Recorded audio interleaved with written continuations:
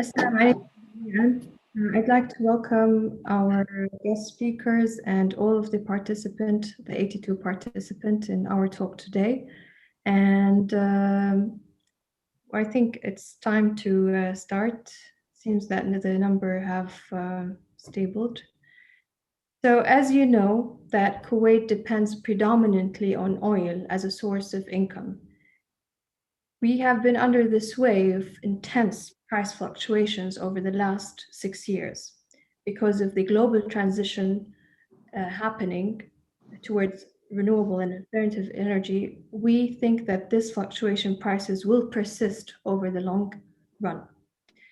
The viability of Kuwait and the rest of the GCC country is threatened because of renewable energy. In today's webinar, we will discuss the secular trend and address the dichotomy between fossil-based energy and renewable energy. Joining us today, Dr. Majid Sarhid, mechanical engineering professor from Australian College of Kuwait, and Dr. Manal Shihabi from the Oxford Institute of Energy. So to start, can you tell us a little bit about yourself, Dr. Majid? Good evening, and thank you all for joining us. And I hope you enjoyed this talk. I hope you find it useful and beneficial to you. My name is Dr. Majid Sarhid. I'm currently a faculty member in the Mechanical Engineering Department at the Australian College of Kuwait. I'm also the head of the Innovation and Entrepreneurship Center at ACK.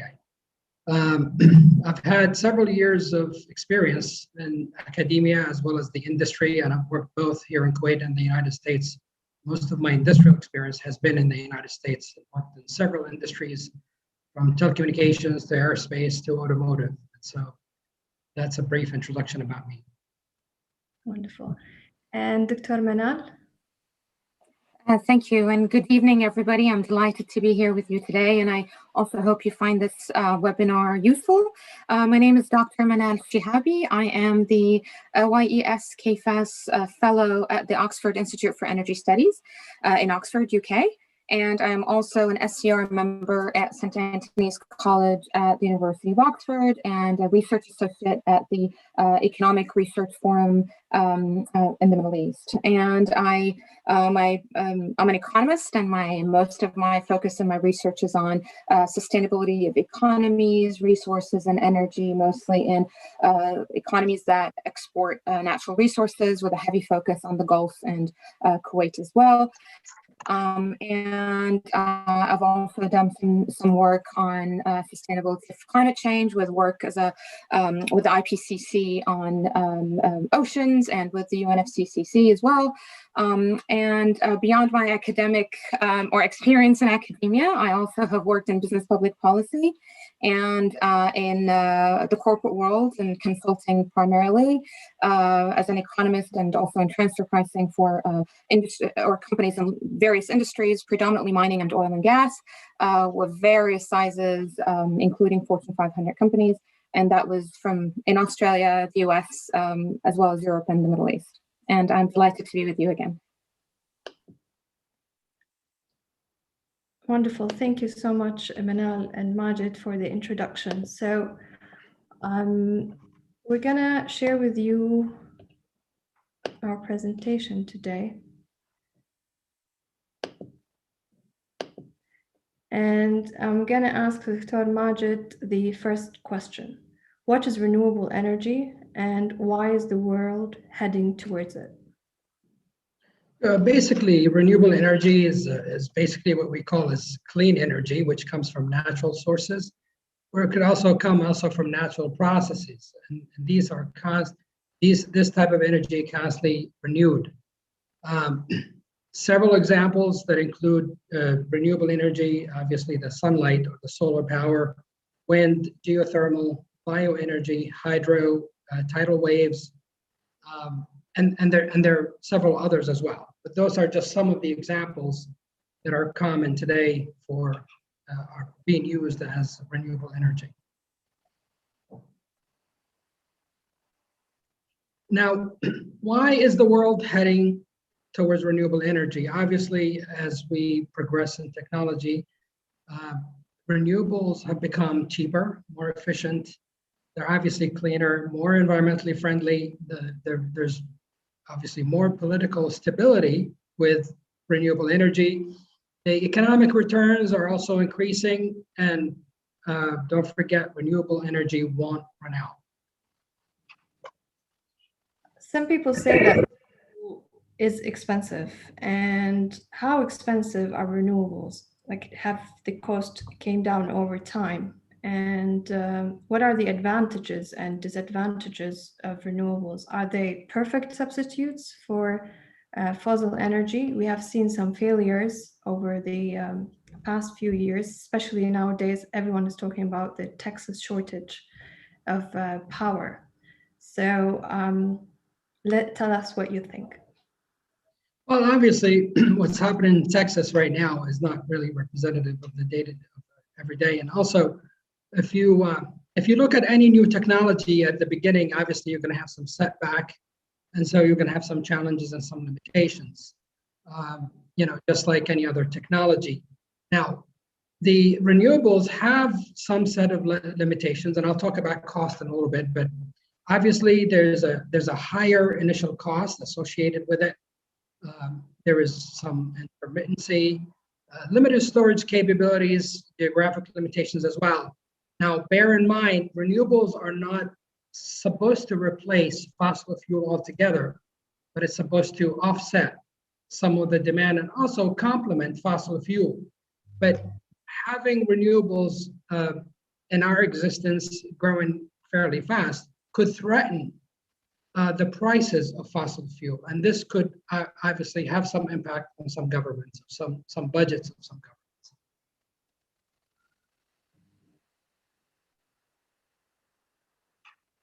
Now, as far as the expense, like I said, renewable resources are initially expensive to install, but typically they're free to use or cheap to use. So if you look at solar panels, for example, as long as the solar panel is installed, then you get free energy for the life of that panel. The same thing with the wind turbine. And in some countries like the United States, if you actually produce more than your consumption, you could send it back to the power grid, and the power company would actually give you credit for that. And so that's an advantage of renewables as opposed to fossil fuel. You can't do that. And also, as technological advances made renewables more economical, they also have become more efficient and they have become more feasible. Now, if we look at this chart, and this is basically the levelized cost of energy, US dollar per megawatts. And if you look at the last 10 years, you will see huge progression. If you look at fossil fuel, you look at coal, it actually has gone up a little bit. So the price of fossil fuel has either stayed relatively the same or gone up a little bit. On the other hand, if you look at renewables, the cost of renewables have dropped significantly. And so if you look at the solar, for example, solar have dropped 85% in 10 years. And if you look at battery storage, again, the same thing, it dropped about 70%, going from $500 per megawatt hour down to $150. And they're not going to stay there. They're going to continue to drop as more and more people adopt this technology. It would become more financially feasible. And I think, again, this would continue to pose a threat to the prices of fossil fuel.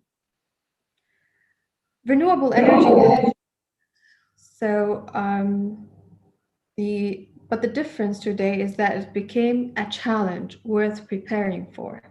What is the catalyst? Can you tell us a bit more about the UN Paris Climate Change Agreement that took place in 2016 and countries' action plans so far, the industrial transition and the energy transition plans? Yeah, actually, for years, people were asking for renewables. There were a lot of people that cared about the environment, and some lobbyists and some other groups have pushed for this.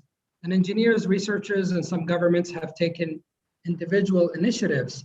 And so they've had some limited success. But what happened in 2015, the UN Paris Climate Change Agreement have basically created some legal binding for some international countries to agree to embrace renewables. And so this should be a concern to any country that relies heavily on fossil fuel as its main revenue or export revenue for its GDP. And so it was adopted by 196 parties in Paris in December of 2015, and it was entered into force in 2016. Now, the goal of this, obviously, to limit global warming to well below 2, preferably to 1.5 degrees Celsius compared to the pre-industrial levels. And obviously, USA and China, which both represent almost 40% of the global emissions, have both issued statements confirming that they are committed to the Paris climate change.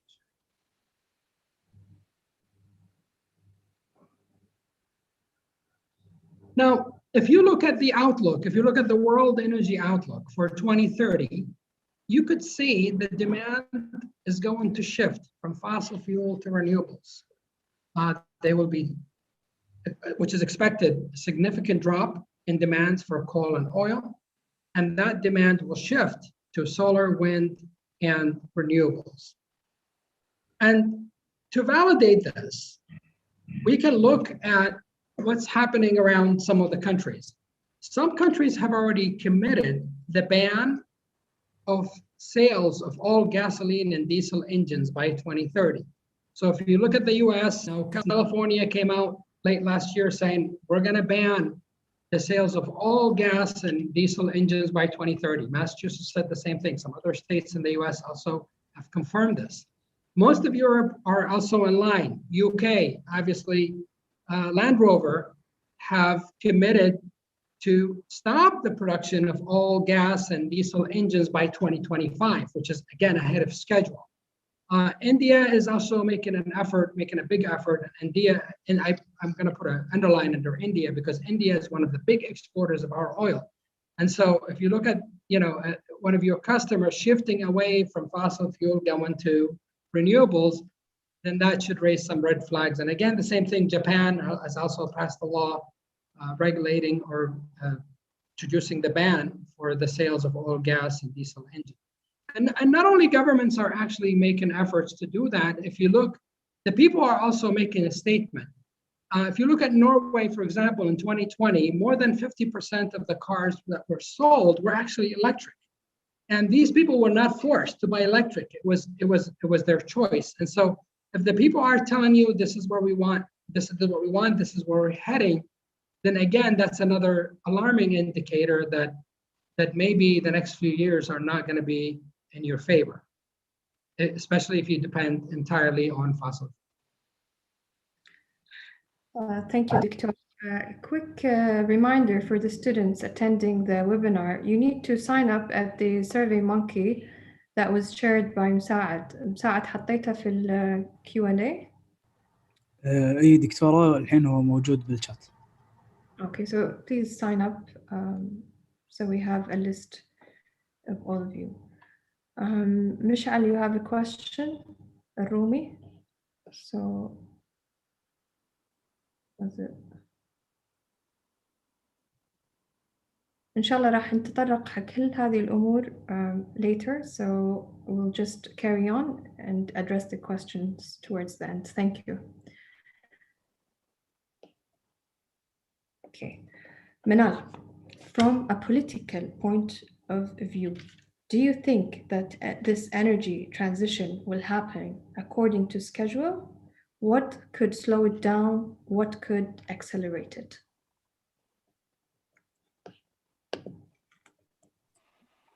Thank you very much. That's a very important question. I think it's probably first worth noting that there is no exact schedule for the energy transition itself. The schedule is more on how far by when will we have control of the carbon emissions that are in the world. So, for example, you have plans of achieving net zero emissions by 2050. But to achieve, and the energy transition has already been underway. It's not something new that will just happen. It's already underway, and it includes as Dr. Majid said, things other than, renewables of solar and wind. But what's important to note is that for that to achieve the carbon targets that the world has committed to according to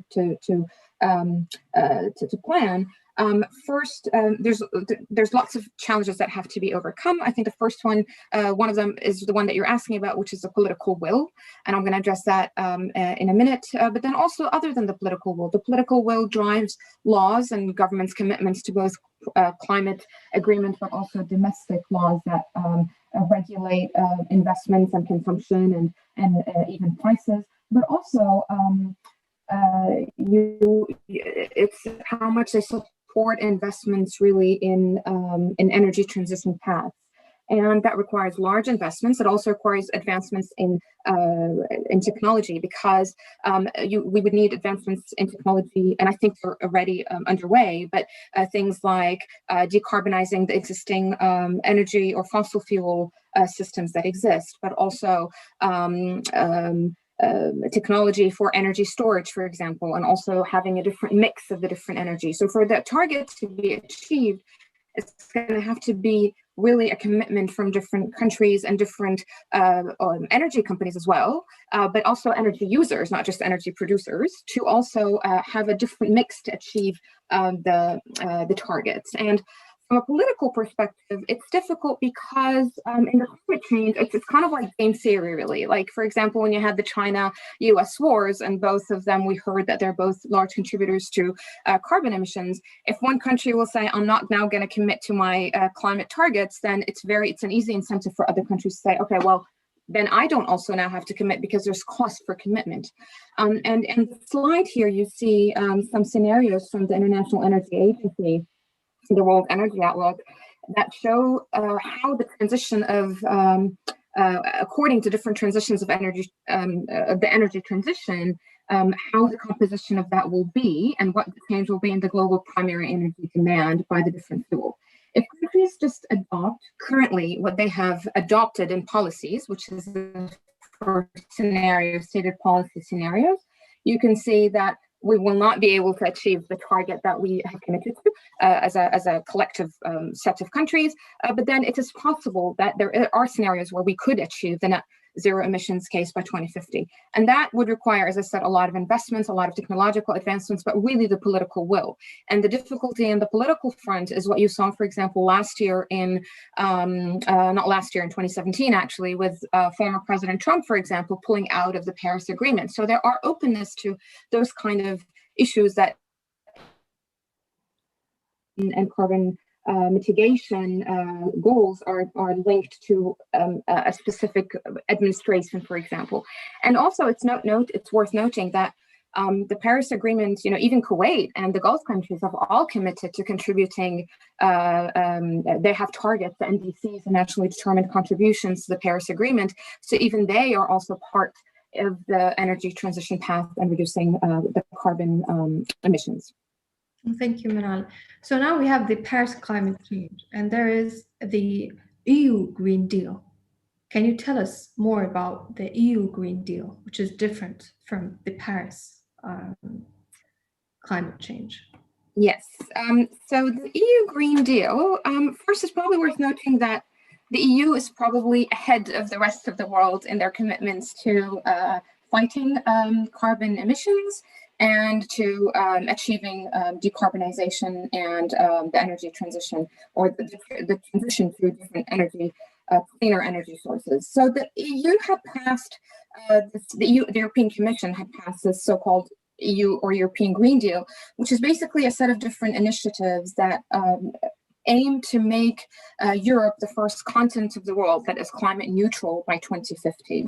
And to achieve that, they really kind of have a set of initiatives that target different things. For example, achieving net zero emissions through different technological advancements, decarbonizing the energy sector, transportation, of course, recycling and building. Also an initiative for them to protect the environment and the habitat and the health, because pollution hurts hurts and kills lots of people globally, but also boosting the green economy, which means supporting companies to in its path towards energy transition, and finally helping the different because when you transfer. When you on the path of energy transitions, there's always losers, so to speak. So there will be people who will be affected by it. So part of the Green Deal also includes what is called the just transition, equitable transition, to assist those who are harmed by the energy transition so that everyone is included in this development.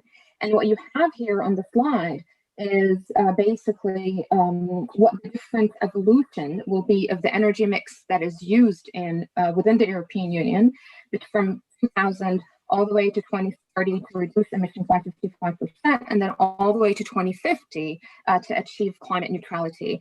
You'll see here that basically coal will be phased out, for example, which is in yellow, but then in the green and the light green, other renewables are also expanding. Did I answer all of your question? Yeah, so I'd like to add to Manal that the EU is trying to seek global involvement in this initiative, and they're hopeful that with Biden being the president of the United States, he would show some interest.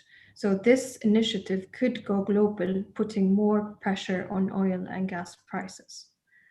Could I just add to your comment on that?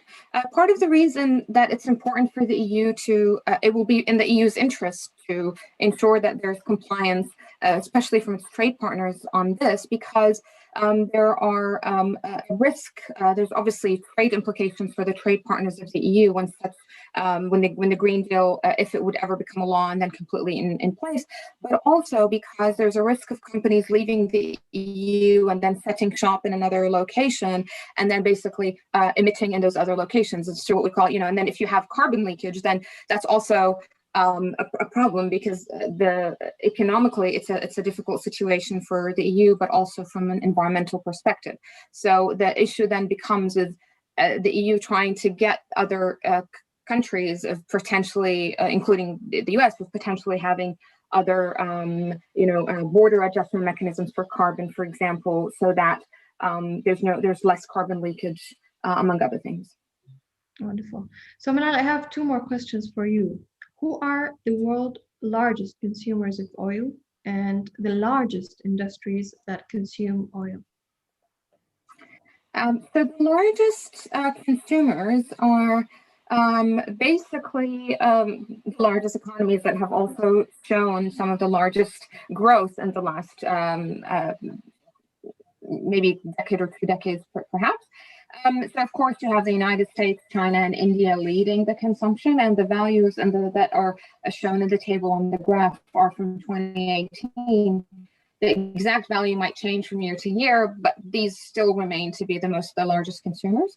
And then of course you have Russia and Japan, and these 5 top countries more or less consume about half of the world consumption, and the top 10 consumers consume about 60% of the world oil consumption. And in terms of how that is distributed across industries, this pie chart here shows basically the OECD, so it's a list of advanced economies, 37 countries that are members of the OECD, how their oil demand is by sector. And we see in blue, that's the largest consumption. That's road, that's basically passenger vehicles and also trucks. And that's about 35%. And then you also see, for example, petrochemicals are about 13 to 14%. The same with non-roads, which is basically like aviation and shipping, that's about 13%.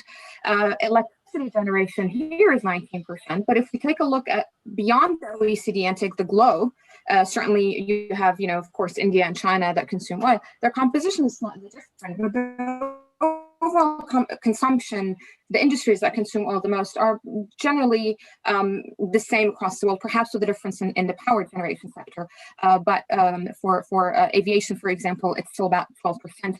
And for road and passenger and shipping, it's about as well, trucks, it's also about 30 to 35%. Okay, so transportation takes a big part of the consumption. Yes, and of course, and different countries would have their own different like in the Gulf, for example, cooling has more of a demand. But of course, also petrochemicals globally is about also 12%, the same as in the OECD. So that is also an important user of oil and liquid fuels. Okay. So how important will the oil sector be in 10, 20 years from today? What is the prospect on oil price in the next 10 years?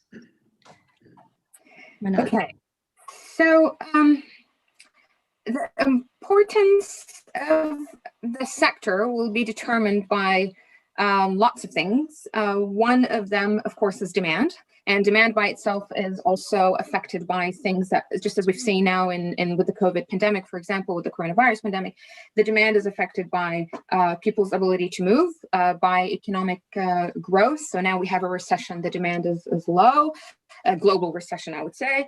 And also, it also depends on the advancement and the technological advancements in renewables, but also in other alternatives. And finally, of course, the political will that we talked about, because if we see the world trying to become greener and more decarbonized, then the role of the oil sector will diminish. Now, it's important to also remember that the role of the oil sector, there are two things going on. There's whether there will be demand for oil versus the share of oil relative to the other energy sources. And these are slightly two different things. But before we go ahead and talk about the long term, I want to kind of show a little bit what's happening in the immediate short term, because it's really going to have a long-term effect of the COVID, the coronavirus pandemic has had such a big effect on the oil industry and on global economy that I think its repercussions will be going on for some time. And here you'll see an example for the projections. This is forecast from my institute, the Oxford Institute for Energy Studies, actually very recent, out of February, which basically shows the demand of the oil between now and about a year and a half from now. And that's being across the different regions. And you see the yellow line on the graph. I hope the students and the attendees can see that's the world.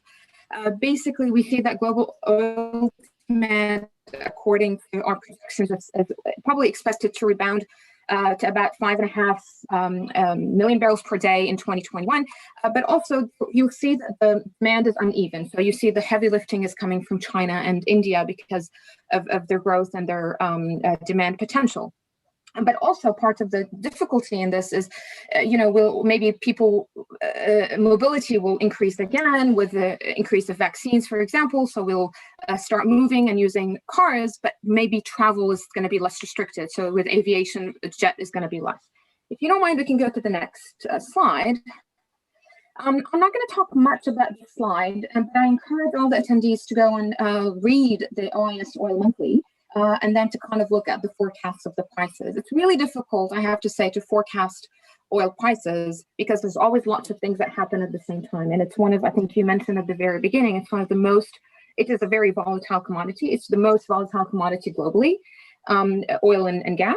But what you'll see here is even throughout different projections in the near future, according to our estimates, where the price will more or less hover around the 50, slightly perhaps could be pushed a little bit more, but around the $50 US dollar per barrel. And that is, if we can now go forward to the next slide, please. So this demand, what that will mean is the price isn't going to be very, very high. So of course, that's going to be then putting constraint on long-term demand, but also on the investments that go into the energy sector and the supply, because demand and supply are also connected, particularly with the larger producers like OPEC. But if we take that, what's happening based on the COVID demand, which we know is going to be slightly not very large for oil, but then kind of projected forward to the longer term, which what you're asking about in the next 10, 20 years, this is some forecasting. Well, I shouldn't call it forecasting. The IEA does not call it forecasting. It is more of scenario presentation of the importance of the oil sector if the countries adopt their stated policies for climate change. And if you look, basically, you see that there's more or less a plateau of the oil sector. So we think that the oil sector, it's still going to be relevant. People will be demanding it, but its share of the large, because the global energy demand will continue to increase, but the share of oil in that is not necessarily the one that is enlarging.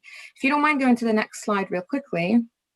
Here, and I apologize that this is also a scenario analysis from the IEA, but the line is very small. The previous slide that I showed with oil demand more or less tapering and becoming plateauing is the thin blue line that you see at the top. And then the green line at the bottom is if basically the world moves towards achieving larger access of energy access, but also achieves neutral or zero net zero carbon emissions by 2070. And if that were to happen, which means if the world will really increase in adopting climate or policies against climate change, so I should say, then the importance of the oil sector will significantly decline. And the final slide, and if you don't mind on the next one, is this is also forecasting from the IEA.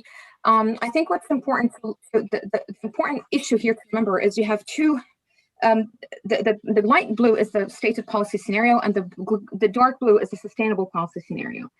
What I encourage the viewers not to look at the exact number, but to look at the trends. In either side, we see, even if the countries commit from their political view to their stated policies, oil demand will increase, but as we said, the large massive capture of the energy demand is not going to be coming from oil sector. It's going to be coming more and more from renewables, and also other sources like, you have increase in, for example, hydrogen, for example, now even within Saudi Arabia and the UAE and Japan, etc. And the thing to remember here that in this COVID period, the reason I wanted to mention this COVID period, because we see investments in upstream going down. But then what we see is investments in renewables have been shown to be the most resilient globally. And what we see is a lot of countries are passing the so-called green economic stimuli. So that basically means there's push towards having a growth of the stated policies. And I think if we look at behaviors or investments by even, for example, Saudi Arabia, which is one of the largest oil producers, we see that they're signaling to the market that the importance of the oil sector is going to be diminishing over time. It doesn't mean that it's going to be going away. It's going to be part of the energy mix. And I think it will be looking at the future of how to make the oil sector maybe more greener as well. Sorry, that was a long answer, but I think it's an important question to understand, because this is very critical to, of course, the globe in general, with our need for energy and preserving the climate, but also for Kuwait, because it's very critical to your economic sustainability. Yeah, I have a different point of view than Manal with respect to the medium term, the next 18 months to 2 years. I actually think that the oil price will go up beyond 60 and 70. So I'll bring you back to this graph. So this graph expects that oil prices will be less than 60 today. And today, if you're following the news, the spot is at 64. The current oil supply and demand is 96 million a day, and that doesn't include the 4 million barrels a day that was wiped off by the commercial airlines.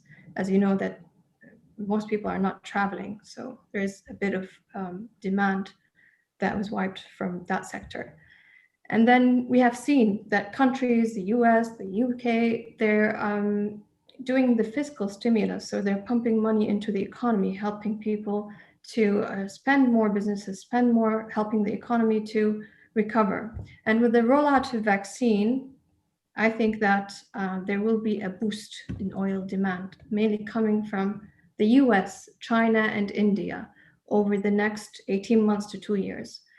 But this demand will not be met by enough supply. I think that there will be a shortage in supply because of several reasons.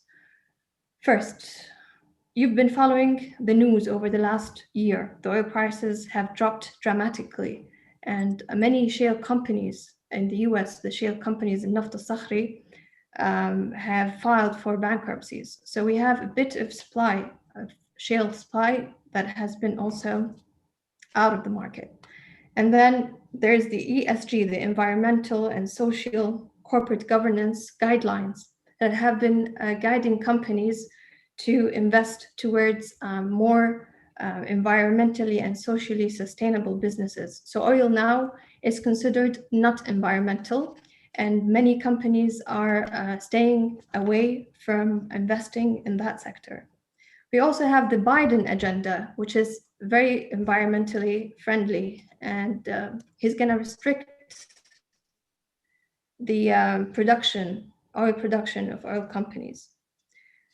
If you're also following the market, the Brent spot today is 64, while the futures, the 1 year from today, 22 prices, is below 64. It's below actually 60. So there is what they call a backwardian curve.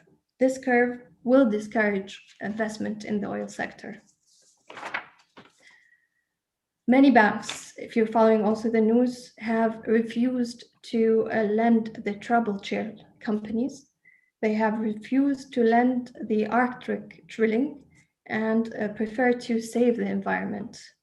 So major oil companies like BP, for example, have directed their investments towards renewables. So this will also limit their ability to invest in oil production, increasing the oil production. Now, who's going to supply the rest? Is it OPEC? Do OPEC have this extra capacity to supply?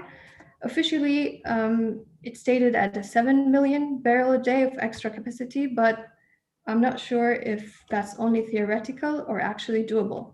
I know Kuwait had an aim to increase production to 4 million barrel a day, but it didn't happen.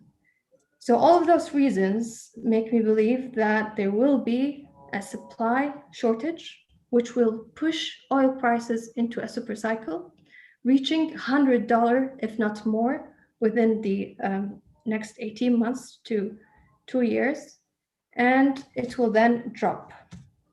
So if this prediction becomes a reality, we will see oil stocks rallying in the next 18 months to 2 years.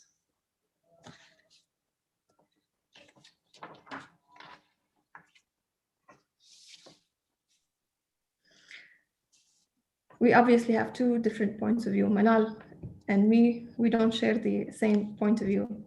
Now, the next question will be to Manal. Should oil and gas producing countries stand firmly against renewable energy because they are at a disadvantage? Do you see the OPEC Plus alliance growing and becoming more influential over the control of oil price? Okay, I'll answer the second part first. I think the strengths of OPEC and the OPEC Plus alliance, which is OPEC with Russia, has been shown. Of course, it still has some its relevance in the world, but I think its ability to really change prices through supply restrictions is significantly lower than it had been in the past. And I think OPEC is, you know, an OPEC Plus alliance can demonstrate different flexibility, as they've shown now with what their plans even in February for February and March. But I don't think that they will be, nor do they think or do know that they will be basically controlling, so to speak, the demand, the energy market globally. And that leads me back to your first part of the question. Should oil-producing countries firmly oppose renewable energy? Absolutely not. I think we should look at renewable energy from two different parts. I think the first one is renewable energy in the countries that basically export oil. And that is a different situation. So, for example, in Kuwait, there have been plans to incorporate or to enlarge the reliance on renewable energy for power generation. And that is very good for the economy of these producers, because it frees up a lot of the oil assets for to be used, whether through in a decarbonized manner or even currently with just normal exports. But also very good for the environment, right? And then the second part of the renewables is renewables expansion in the countries that import oil. And this is where oil exporting countries can be at a disadvantage, as you mentioned. But this has been happening for a long time. It is very good for the environment. There's a lot of technological advancements in that. And I don't think there's anything that the oil producing economies can do to stop that. And I think what they should do is not to say, should we prevent it? On the contrary, it's how do we get on the bandwagon? How do we join the world in this energy transition path?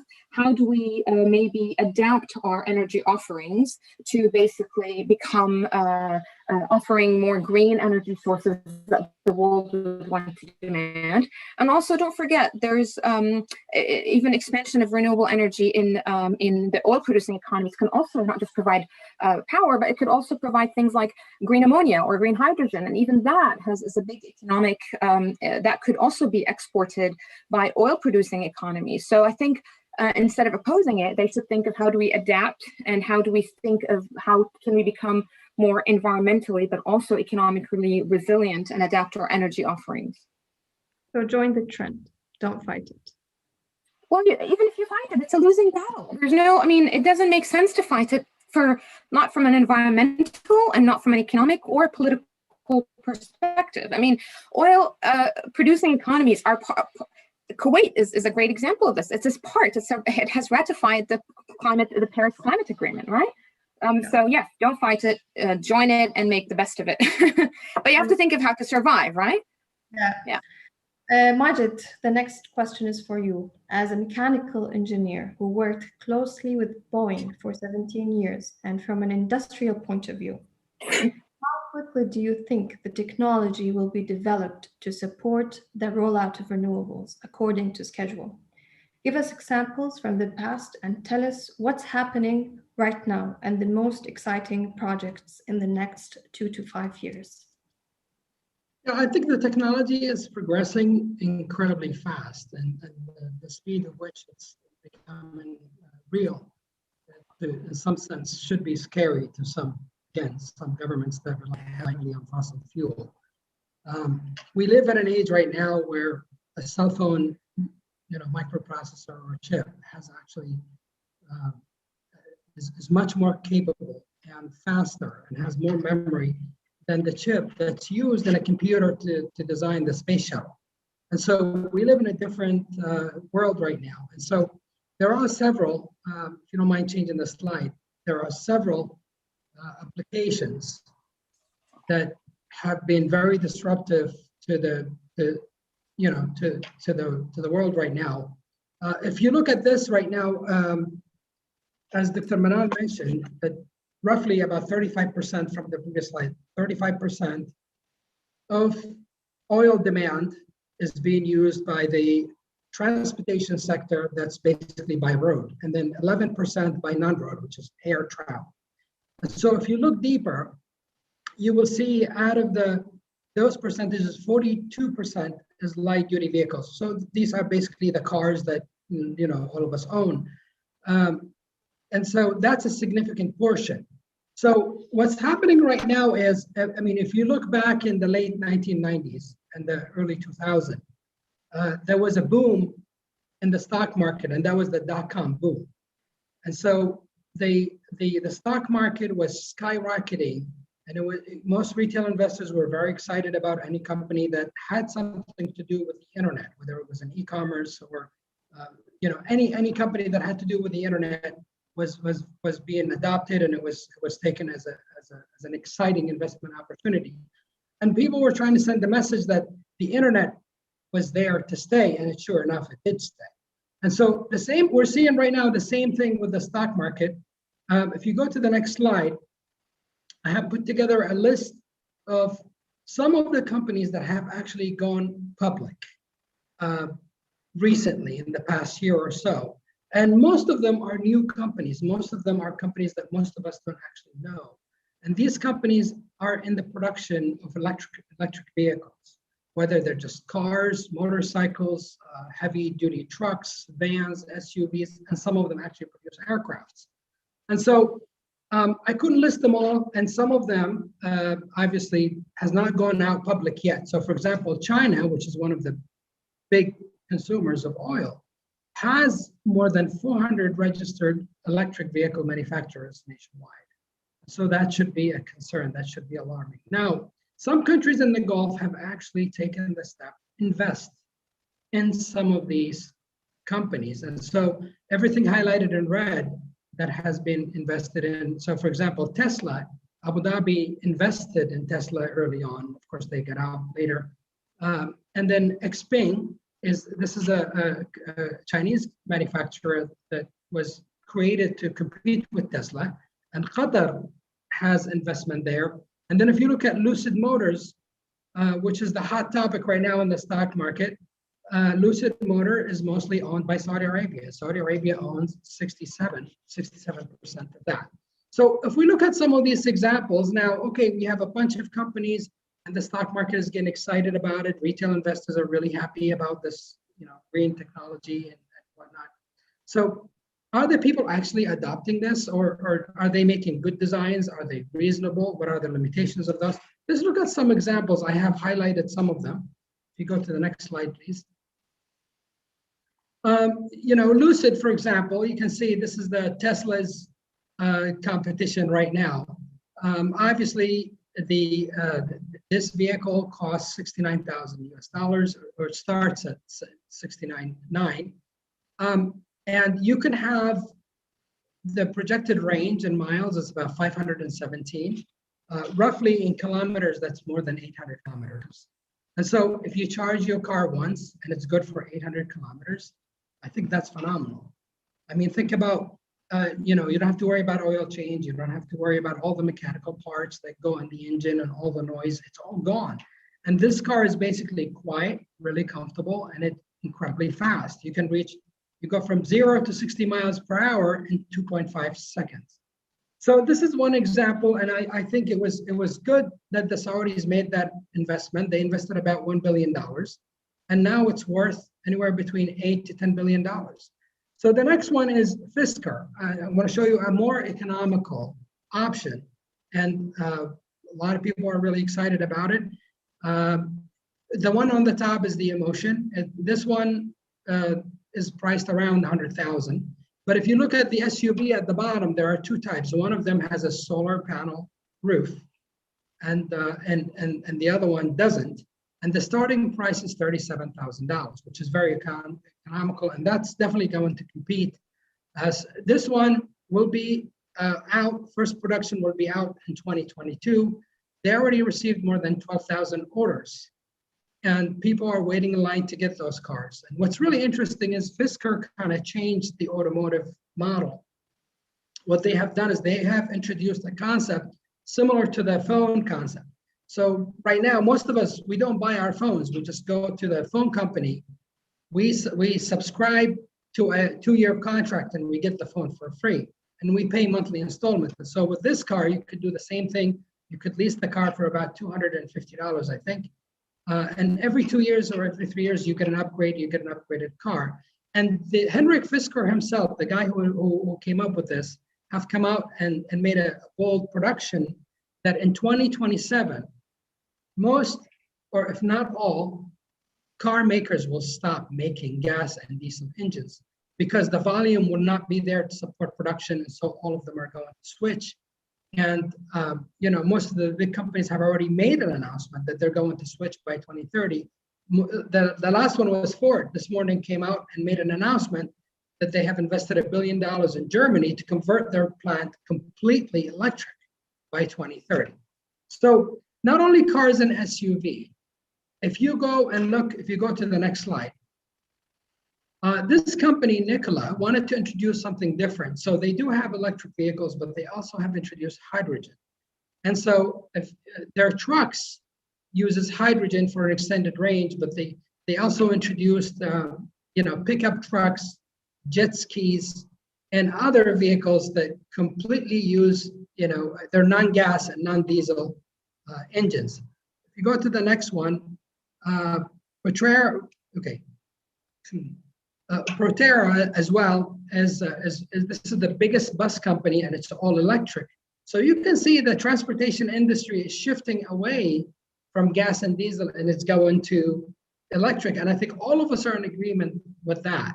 Most of us disagree as to when will that transition take place. And so it could happen in 5 years, or it could happen in 15 years. And now, not only the automotive industry, but also the aerospace industry is paying attention to the electric technology. This company, Archer, wanted to be the Uber of the sky. They wanted to be the air taxi. And so this just came out public recently in the past couple of weeks. And basically the airlines, and one of the airlines invested $1 billion, gave them an order for $1 billion to, again, this validates that this industry is here to stay and here to grow. Now, obviously, Archer is not the only aerospace or aircraft company that's electric. There's another one. There's another one called Joby Aviation, which just recently announced a $5.7 billion SPAC deal. What SPAC deal means, they're going public through a reverse merger, so they will be listed on the stock market. Another company is also called Lilium. Lilium makes helicopters, and these are electric. So the transportation is shifting. What we're going through here is a complete paradigm shift in every corner of the industry, of the transportation industry. And not only these, like most of these guys are new players. Some people might be doubtful as to, are they going to be successful? Can they compete against the big guys? Well, let's look at the big guys. The big guys are following them, and they're doing the same thing. If you look at the next slide, now Airbus is also, or has been looking into if you look here, Airbus has been looking into the electrical engines, and they have been working on that since 2020, and they have introduced many concepts and many variations. And the next slide will also show you a bigger concept. Not only Airbus, Boeing as well have also made the announcement that they will look into the electric engine, and that's something that's going to be a possibility either through them directly or through one of their subsidiaries. So transition is happening in the transportation industry, whether buses, trucks, cars, airplanes, they're all progressing.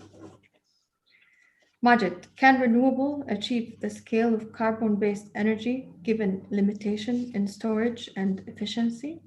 Is it just a matter of time, or are there natural limits? From an industrial point of view, what do you see as the biggest challenge for renewables? Battery technology, raw materials? I think the renewable energy has several challenges, and it has to do with the fact that it's not mature enough. It's a new technology. But if we take one sector, which is the EV sector, you go to the next slide.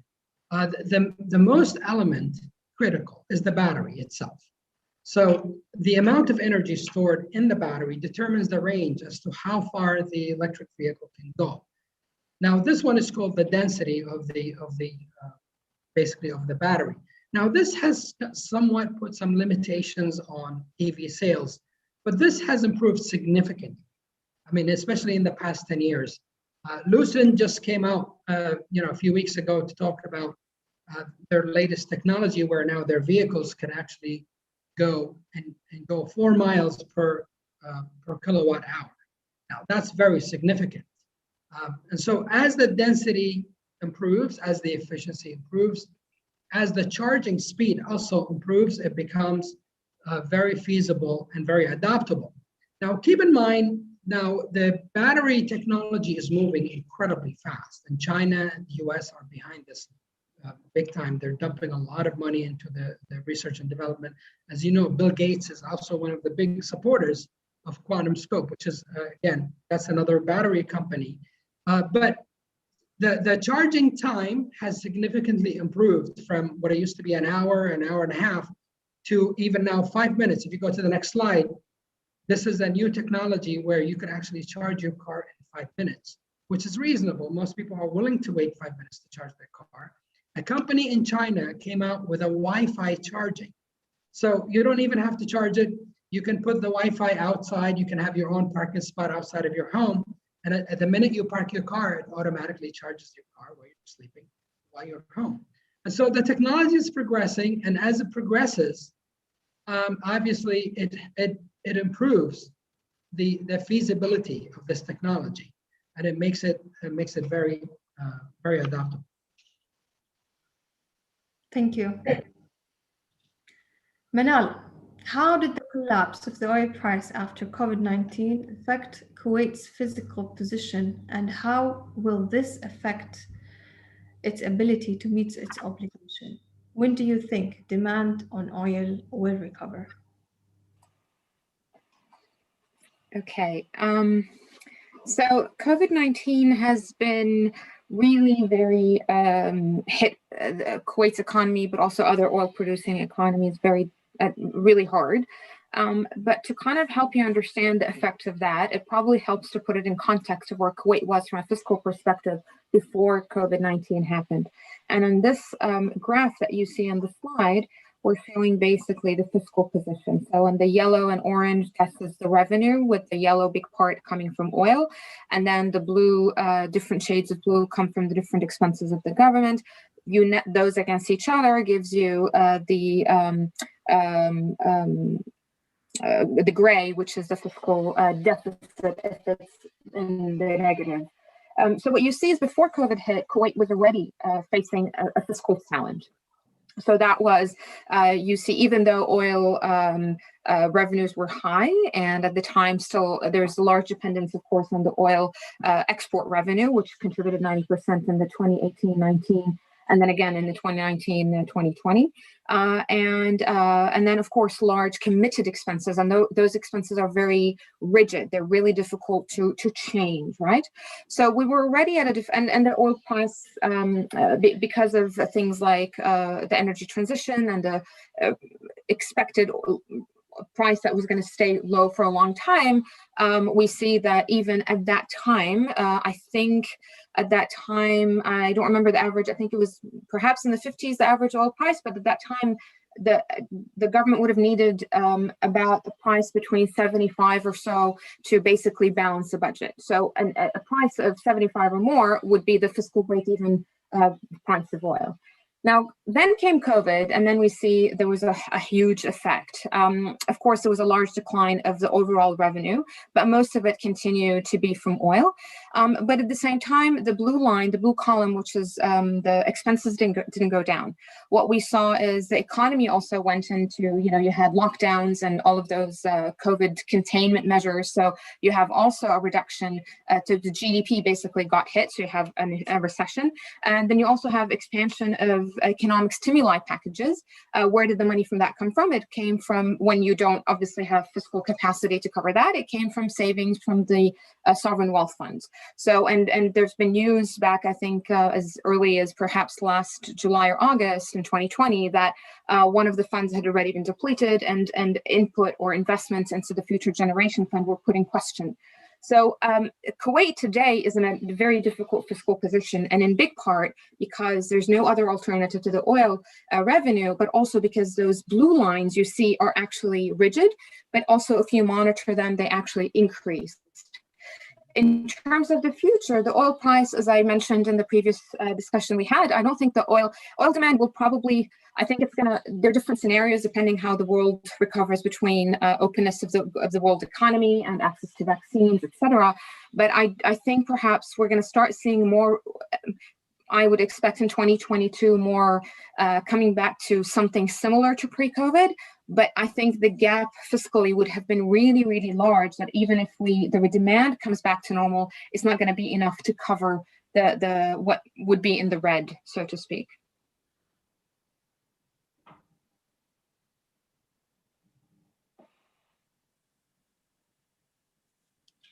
Okay, so those are the potential impacts of COVID-19 on oil price declines. Correct. And this is no forecasting in that sense. It's basically a model that I have that I've developed with the Kuwaiti economy that basically measures the effect different shocks or different situations can have in Kuwait. So this effect here, basically looking at the effect of the COVID-19 restriction measures on the Kuwaiti economy, and of course the global economy, because those affect demand, etc. And then of course the collapse of the oil price. And I just gave you the different indicators of how it will affect this is not taking into account any extra ramping up of energy transition. This is just what is happening in the current situation. And the scenario A, so you see three scenarios. Basically, one scenario, the blue, is a slightly more optimistic side of a faster recovery. And I think based on the new mutants of the COVID-19 virus, I think that's probably not happening. And then you have more the scenario B, which is more a more likely scenario. And then finally scenario C, which basically has assumes a slower a recovery of the world economy. And in those, of course, there's also, because as we mentioned before, the world economy also has effect on the global demand and therefore the oil price assumptions. But in all of these, even in the unlikely, very relatively optimistic scenario, we see that we have negative implications on real GDP and real GDP. From your question, the percentage of, on the fiscal side, percentage of fiscal deficit to GDP is also quite negative. And if the world continues, I mean, I know even some workers in the oil industry who are monitoring their I guess planning on a $40-45 per barrel average oil price, which is slightly between scenario B and scenario C. You see the fiscal side is very big. And I think I mentioned, it was listed on the previous slide, that even the future Kuwaiti budget from the Ministry of Finance assumes a $45 per barrel price. So the big chunk of that, of course, comes from the fact that there is no other export that we're exporting aside from oil exports. Kuwait needs to diversify as soon as possible. Manal, I have another question for you. If Paris climate targets were met by 2030, what will be the impact on Kuwait's fiscal position? Well, basically take the fiscal position in this slide and make it much worse. Because this slide, which already you see that the fiscal position is very difficult, and I haven't even mentioned the implications, I mentioned it previously, but the negative implications on reduction of savings in the sovereign wealth fund. If we then we have the Paris Agreement targets being met, then the demand for oil as is will be a lot less. And then basically, or there could be perhaps additions of things like, for example, carbon taxes or other measurements, but that will affect the revenue that we'll have. So it's also going to have a bigger impact on the fiscal position of Kuwait. And the difficulty in that, of course, from the fiscal perspective, but also because it takes away from savings that could be put in other, whether it's sovereign wealth fund, which is investments in the future, or it could also be taking away from projects that are, helping for advancing the diversification plans or other development plans in the country. So the current business as usual case has quite dire consequences, the least of which is on the fiscal position, of course, for Kuwait. So fiscal and economic reforms are a necessity, and we absolutely. Yes. Absolutely. And the diversification isn't just to diversify the base of the economy, because I've written about this already. The base of the economy actually has a lot of diversification, but very little of that makes its way to export revenue, and very little of that makes its way to government revenue. So when we think about diversifying, it's not that we just want to have basically new industries. It's industries that have productive capacity, that can also export in the market, because you also want another source of revenue, and also accompanying that would be fiscal reforms. So you have reforms at multiple levels, at private sector, at the fiscal level, you have at the economic level, to be able to achieve a bit more of an economic resiliency and a sustainable position. So boosting exports is a key. Manan, does it make sense for Kuwait to switch to renewable energy? Are we likely to achieve the 2035 Kuwait vision regarding renewable energy? It makes lots and lots of sense for Kuwait to I don't want to say shift, because it will not 100% shift to renewable energy, but to add a larger share of renewable energy to its energy mix.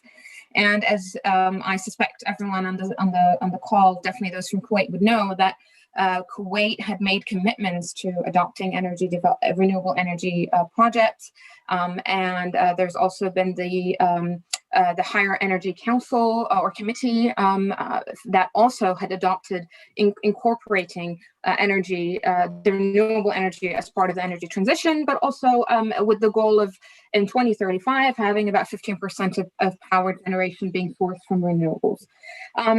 I would like to kind of understand why it makes sense for Kuwait to have advancements in renewables. The first thing to mention is that the renewable resources are available for Kuwait are fantastic. They're some of the best in the world, and there's advancements in technologies that allow using basically, for example, solar energy to produce power. But the second reason to understand why it makes sense is to look at the composition of demand in Kuwait. And this slide here takes the demand from 2000 up to 2035, which is the period you're asking about under the new Kuwait vision. And this is work coming from the Kuwait Energy Outlook that the Kuwait Institute for Scientific Research, Maishlev, Dr. Abdullah, and Dr. Shrikant had worked on. And I encourage everybody here to go and read it. It's a fantastic publication, but also not a lot of countries have this kind of publication to kind of really have an idea of where should we head and whether the plans that we have would actually be helpful. But in this here, you'll see that there's the demand, some of it is residential, some of it is services, but industry and transport are really the largest as well. That you have. Sorry, I'm getting a question. You have energy and transport are the largest size, and I believe, based on some, Dr. Abdullah and I were talking the other day, and I think he said that even now industry had overtaken transport, if I'm not mistaken, according to the IEA new figures. But basically, if you can see this demand energy use, then you will be the other way around. Transport has, I apologize, I reversed. Dr. Abdullah is telling me it's transport has taken energy, so it is correct. So basically, a lot of this can be met through the renewable energy sources, right? But I think if we can go to the next slide. The next, actually, before going into this slide, there's a lot of information to cover about this topic, and that's why I encourage you to read the Kuwait Energy Outlook. But the afterwards, yeah. Signed up for this. So the I think if Kuwait had committed to proceeding with the Shagaya Phase 2 and Phase 3 project, I think it would be about approximately 12% of energy could have been produced from renewables. So it's not the target of 15%, but it's close to getting there. And I think at the moment, because as we know, Shagaya Phase 2 had come to be, I guess, paused. Nothing had really happened on this front in 2020. I think at some point I would expect that this would be ramped up perhaps so that the country would be able to basically meet its targets. As I said, in this, if we can go back to the previous slide, here, no, the next one. This one is from the age of the power plant generation fleet in Kuwait, and this is from the 2020 Outlook, which I worked on with Dr. Abdullah and Dr. Shrikant as well. And here we see that the ideal mix of the power generation will be really combined cycle as well as renewables. And I think accompanying that, you'll also have to have investments in things like efficiency, for example. I think it makes a lot of sense, and I have no idea on the timing, but I think if at some point this is ramped up again, there's potentially, I think it's possible to not necessarily meet the 2035, but maybe to catch up to it. And I think after 2035, I think renewables make sense that even renewables become even more contributor than just 15%. And as I said before, renewable can produce not just power generation, but they could also contribute to green hydrogen and other export opportunities, and also free up some of the existing oil assets to help those be used for other sources as well. I think you mentioned a list of reading, including those documentation, would be provided to the readers subsequently, correct? Thank you, Manal. My next question is to Majid. How can Kuwait and GCC prepare today to deal with this energy transition, or what has been done? I think the world is moving very fast toward fossil fuel independence. I think that's very obvious. You could probably ask a second grader and they'll tell you the same thing. Especially now after the Paris Agreement. Now, some countries have binding agreement to move away from fossil fuel. Now, this is not going to eliminate fossil fuel, but I think any country that depends on fossil fuel should not stop the production of fossil fuel, but should at least diversify by expanding their investment to get into the alternative energy sources. And if you go to the next slide, I will show you one example where there's an opportunity for countries like Kuwait and any other countries in the GCC that depend on oil. If you look at the EV supply chain, for example, now we all know that this is a new technology, it's going to be disruptive, and there is a huge paradigm shift, and it's very obvious. And so if you look at the supply chain of batteries, for example, obviously you could get involved in the mining aspect of some of the materials that make the battery. You can also produce some of the components that make the batteries. If this is all complicated for you and you don't want to do that, invest in silver. Now, silver will be used in every battery. There's roughly about 2 ounces of silver on every electric vehicle car.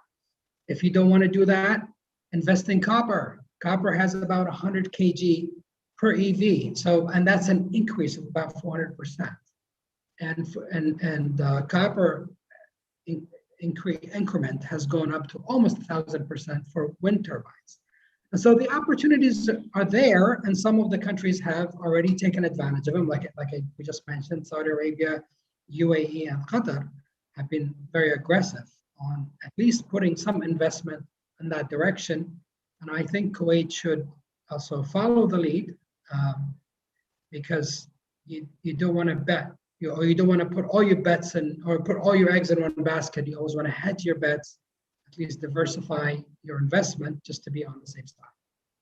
Thank you, Majid. What about you, Manal? What do you think that we should do as Kuwait and the GCC?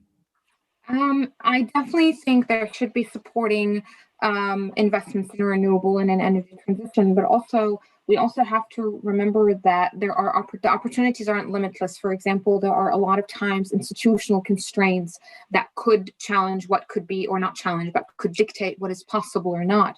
So for Kuwait, for example, one of the issues that has been a question in the Shagaya Phase 2 project in Dibdaba is, for example, the power generation, including through renewables, under the mandate of the Ministry of MEW, of Ministry of Electricity and Water, and also, and then there has been a new law. I believe it was. I actually have it written here.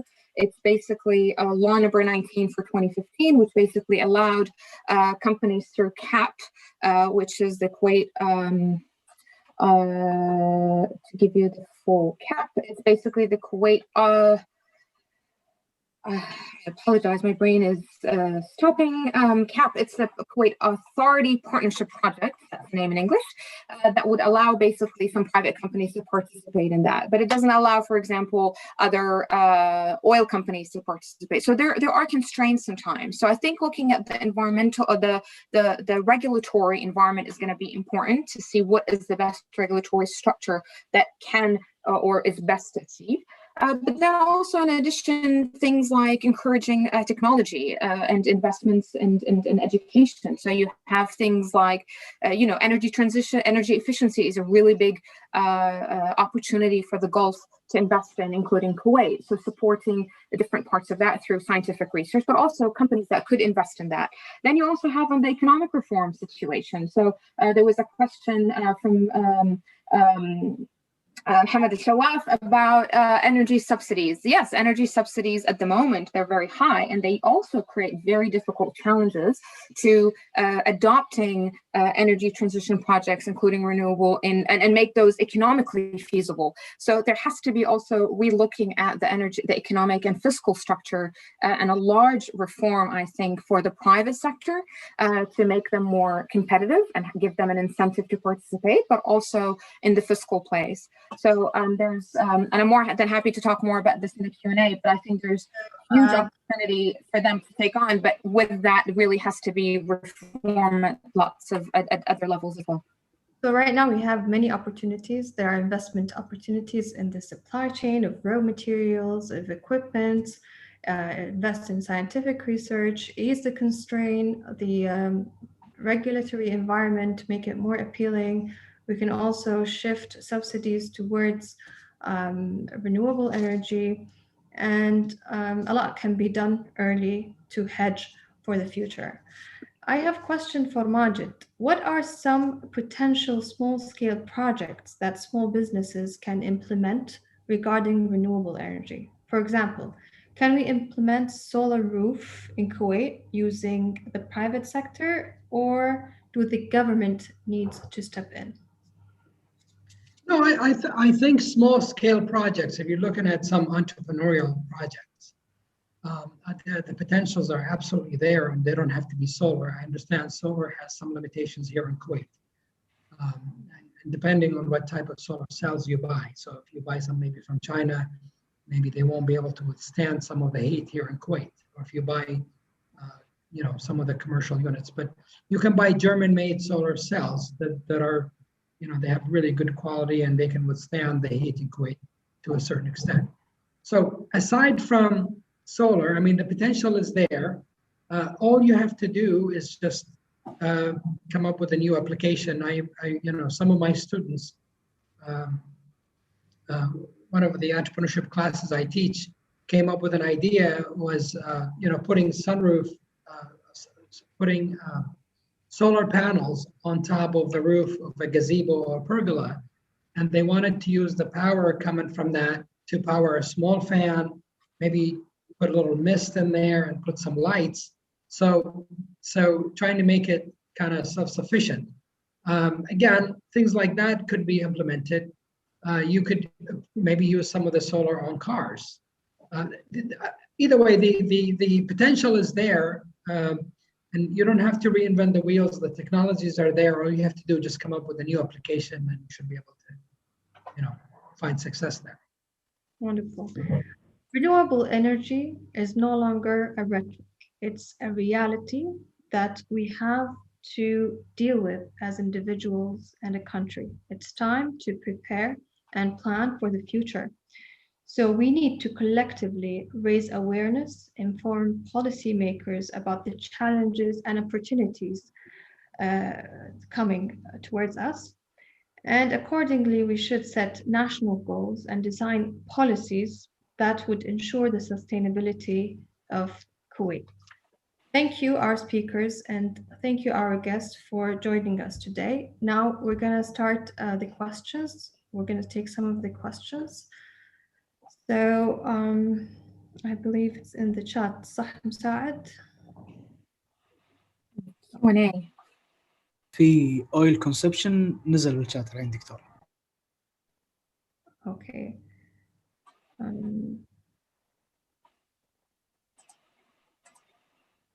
أسوي لك الهوست عشان you can deal with it. Okay. دكتور موجود هو باللينك السؤال نفسه، فراح يدشون ويجاوبون باللينك اللي موجود. Okay, so first I have a question على ال Survey Monkey. You can just find it here على ال on the side. If you click on it and answer, we're interested in knowing the general perception about this question.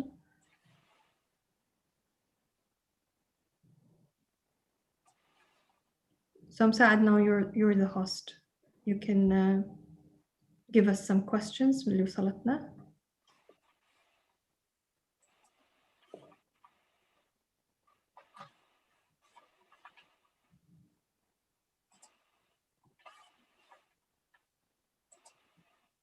Well, everyone's saying the survey is locked.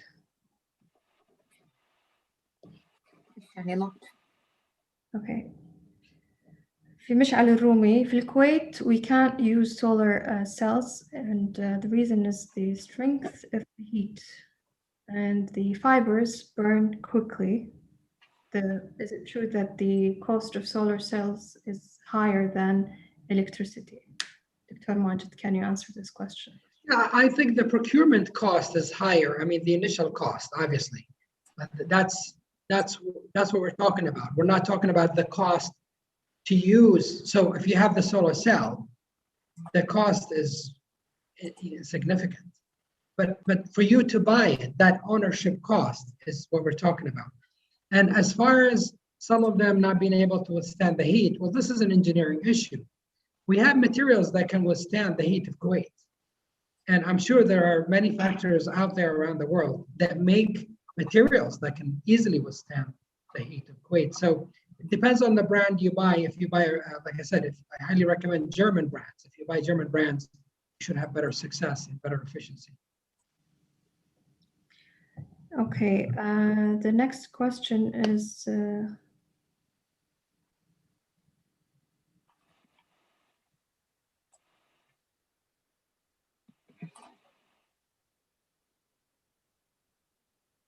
so أعتقد شخصياً maybe Manal, you can answer this question. أعتقد شخصياً also from مشعل الرومي سيتم خروج الولايات المتحدة الأمريكية من كونها الدولة الأولى على العالم كمنتجة للنفط، والسبب واضح بخروج منصات الحفر، والمتبقي 204 منصة، وذلك يعود السبب الرئيسي لهبوط أسعار النفط. So I think he's talking about the shale oil companies and bringing down the US production down. So do you agree with his idea? I agree that shale had taken a hit in the last couple of years, definitely a year, but I'm struggling to understand I don't think we mentioned that the US was going to be the leading producer. It will be the leading consumer. So I'm struggling to actually know what the question is on that perspective. But the US still continues to be a leading oil producer anyway. And there are huge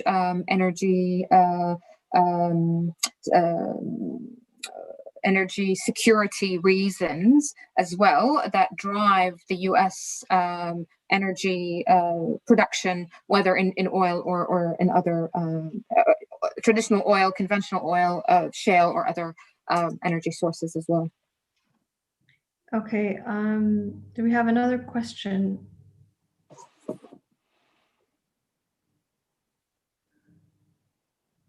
Do energy subsidies create challenge to RE penetration? Yes, I think I slightly touched upon that. I think that's from Dr. Hamid Salah. Yes, they do. Energy subsidies. The problem with energy subsidies, the way that they are now implemented in Kuwait, is they basically inflate. They allow demand to be very high.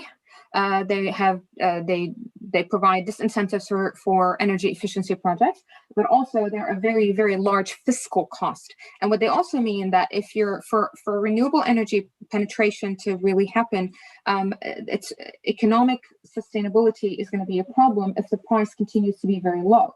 So at some point there's going to be less of an incentive. Is it cheaper? Should we invest in oil, in renewable energy projects, or should we just continue using what we already have in the already existing power generation plants, using natural gas or maybe oil because it's cheaper? So the subsidies really has a negative effect on, of course, the fiscal level, but also on demand and on supply. And I think this is one of really a very important area for reform, because of course the difficulty with energy subsidies is that they are socially and politically very popular. They are really difficult to reform those, but they are definitely an economic and a political impediment as well. And also the other thing with energy subsidies is we forget that energy subsidies are provided not only for consumers, but like, households, but also companies.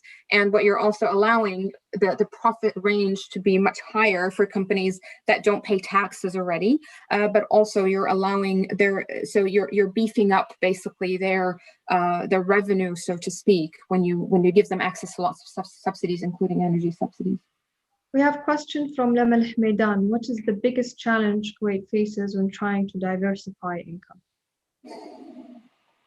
That is an extremely important question, but very complicated in lots of ways. I think there are an economic question, so there are economic challenges, some political challenges in the sense of the this, or maybe socio-political, I should say. But I think parts of the maybe the biggest challenge I think at the moment are to really rely to each other. The economy, the economic structure as is very constrained. What that means is it has little room to grow. So as we mentioned, the oil sector is very large. The non-oil sector does not have a lot of contribution in terms of energy, of government budget or export revenue. I have done quite a bit of work on showing that there's a lot of economic efficiency that is lost in the Kuwaiti economy based on the structure of the private sector, which tends to be very oligopolistic. So it means that they have low costs and very high prices, and then they get a lot of very high markups. And that if there's that is one of the main one of the main challenges, but also one of the reform areas that could be perhaps more easily reformed to really capture a lot of the loss in efficiency and distribute it to the economy. And then, of course, you have very high the subsidy, the expenses. Expenses are very high, very rigid, and those include compensation of employees, but also subsidies. If you don't change the structure of to allow that to at least be slightly flexible, while the revenue structure is very contained to mostly depending on an oil, then you also have another problem. And so there are multiple challenges that I think can happen, but I also think that having a diversified economy, as I said, it's not diversifying the economy, it's diversifying the export base and the government budget base, and achieving that through some fiscal reform, the private sector reform, which will be extremely important, and other microeconomic reforms as well. The last question we have, to what extent can GCC countries build on other countries' experiences to diversify? Are experiences of other countries relevant to the GCC? Also, what's the level of acceptability and applicability of necessary reforms? Taxes, for instance.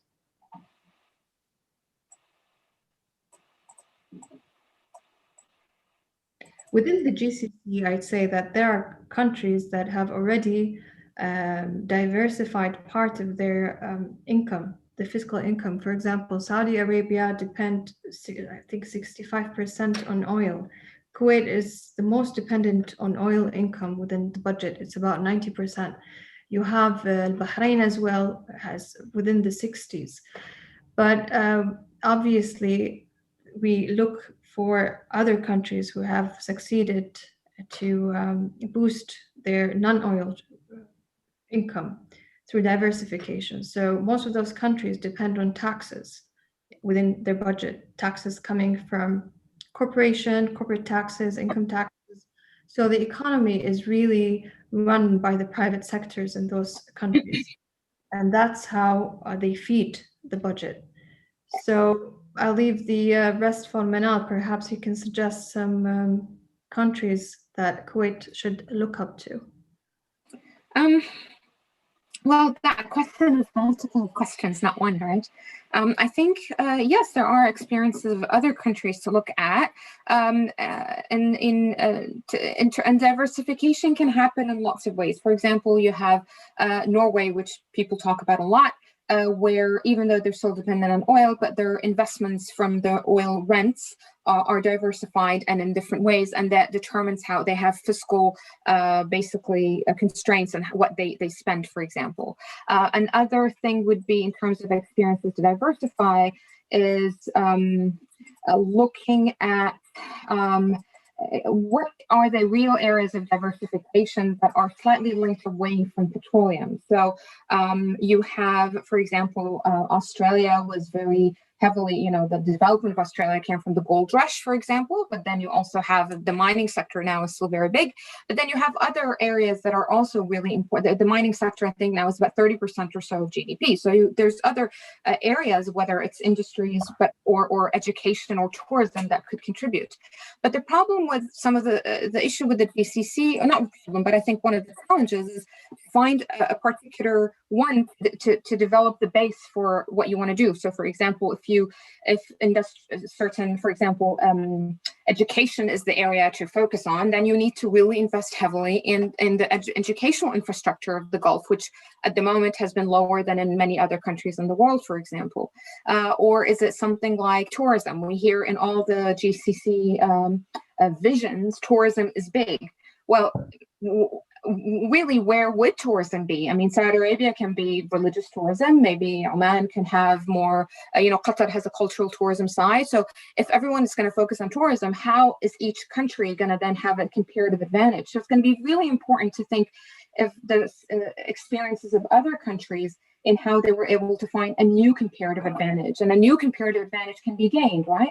We have the oil sector, but we also can think of other resources that we have, or things that even Kuwait could invest in to create new development or comparative advantages. And the last part of that question is applicability and acceptability of necessary reform. I think we've slightly talked about that, but taxation is going to be important I think there have been discussions of some levels of taxation in the GCC, because it would present a form of, basically a fiscal reform. It's another source of government revenue that can be then taken and reinvested in the economy for different projects. But I think that is a really, taxation has a lot of socio-political implications, and goes sometimes, it could be, some people even sometimes argue that maybe it's not constitutional, and I'm not going to discuss that, but I just think that from a fiscal perspective, it's also hard to have a tax when you have very high subsidies, right? So there's going to be issues. You can't tackle the taxes if you also don't tackle the subsidies first. And I think before taxing people, maybe reducing the subsidies or addressing that might be a better way to go. Wonderful. Dr. Majid, I have a question for you. Given that, mashallah alayk, you have a very extensive experience in industrial activity, how do you think Kuwait can boost industry, non-oil industry? Very easy. It's not that difficult. We don't have to reinvent the wheels, and the country has lots of good plans. They just need to execute one of them. If you look around, you look at Saudi Arabia. So the kingdom made a huge shift overnight. We don't have to do the same thing. We don't have to do the same style. We can do it gradually.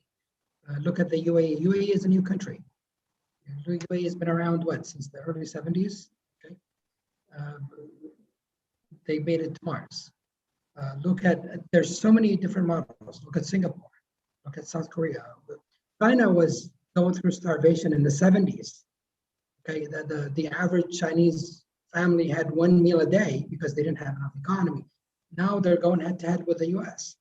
And so I think if some of the policymakers are really serious about this, they could easily do it with one signature. They can make it happen. We've seen things move very fast in Kuwait, and we've seen things move through the bureaucracy. And so, without saying too much, I think the answer is very simple. If they wanted to boost the industry, they would just open up the lands. They would give out lands. They would support the industry. What I mean by support, not financial support. I mean support in general, complete support. And when that happens, you will see a significant change. I know a lot of Kuwaitis that actually have left Kuwait to start their projects abroad, including myself. I have some projects here, but now all my future expansions unfortunately are outside of Kuwait. It's because, again, it's not that easy. But I hope to see the change. I'm not a pessimistic, I'm optimistic, but it takes time. Inshallah, we hope that people like you stay in Kuwait, or the government make it easy for them to expand and compete on an international level, inshallah, somehow. And one last investment idea. So given the shift in electric cars, right? So those big factories will eventually convert totally to only making electric cars. So we should expect the cars in Kuwait maybe in 10 years to be all electric. Would it make sense to invest in electric infrastructure for cars in Kuwait, like charging stations or whatever technology is out there? Absolutely. I think you're going to see Lucid factory in Jeddah very soon, like I said. So cars, electric cars will be produced in our backyard. It's going to be produced next door. And so that will make it easy to penetrate the local market. Because right now you can't get a Tesla. Okay, you have to go to the UAE to get a Tesla. You can't. There are very, very few electric cars that are being used, but in general, it's not widely accepted. But I think it's going to happen. So 10 years from now, I definitely see it. And so the country needs to plan something and need to do something quickly because time is not in our favor right now. Technology is moving very fast. Unless you're steadfast, you're going to miss it. Wonderful. Thank you so much, Manal and Majid, for your input today. It's very valuable input that you've given us. Inshallah, we have managed to raise awareness and hopefully motivated the country to adopt reforms quicker and invest in renewables, whether on government level or even on individual level. Thank you, our guests, also for joining us.